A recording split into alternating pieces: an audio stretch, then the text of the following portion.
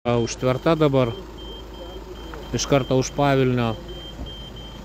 Vairuotojai raginami apsisukti, nes čia sustojęs tiesiog pervažiuoja traukinys, taip pat ir tas nublokštas automobilis.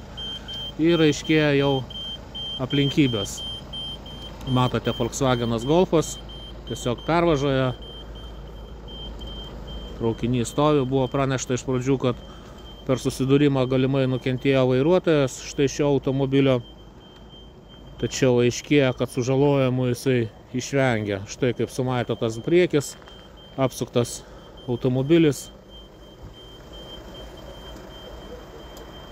Na ir pati avarija įvyko bandant prašokti per raudoną šviesoforo signalą. Priešais pervažą yra šviesoforas, degė, mirksėjo raudoną, kaip ir dabar mirksi.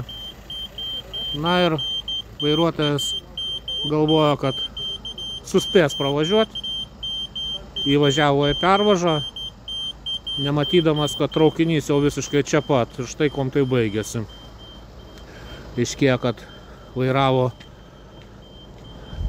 Uzbekistano pilietis mašiną. Ir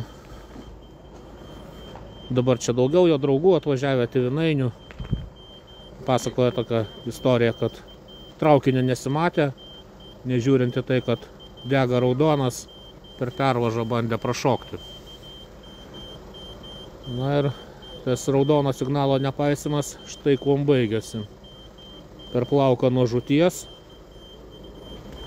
Tai visa laimė, tik tai pats priekis buvo kliudytas, automobilis apsuktas, pervažoje stovi. Kol kas neaišku, ar tas vairuotojas turi teisę vairuoti. Čia minėjo kažkas, kad mokosi vairuoti, išsiaiškins šitas aplinkybės policija. Na ir Šumsko plente esanti pačioje pradžioje pervaža iš karto už pavilnio yra uždaryta dabar ir matyti čia artimiausiu metu negalėsite pravažiuoti. Taigi, jeigu iš pavilnio ketinate važiuoti Šumsko plentą, teks apsisukti ir ieškoti aplinkelio. Rekomenduočiau važiuoti galbūt per Naująją Vilnią. Įvažiuosit iš tos pusės iš Šumsko plentą. Na, čia atvažiavę ir geležinkelininkai. Štai tokia nelaimė pervažoje, kuri baigėsi ypatingai sėkmingai. Paprastai tokios nelaimės baigėsi tragiškai. Taigi, iš juodojo kelio pusės matot vaizdą, čia viskas stovi ir maršrutinis autobusas. Matyt, teks laukti, kol čia bus patrauktas traukinys, bet matyt, čia daug laiko užims ir siūlyčiau per pavilnį į Šumsko plentą nevažiuoti.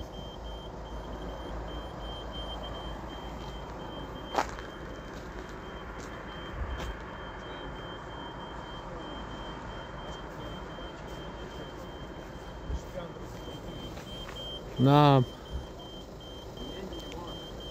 mašinistas, aišku, matė tą automobilį.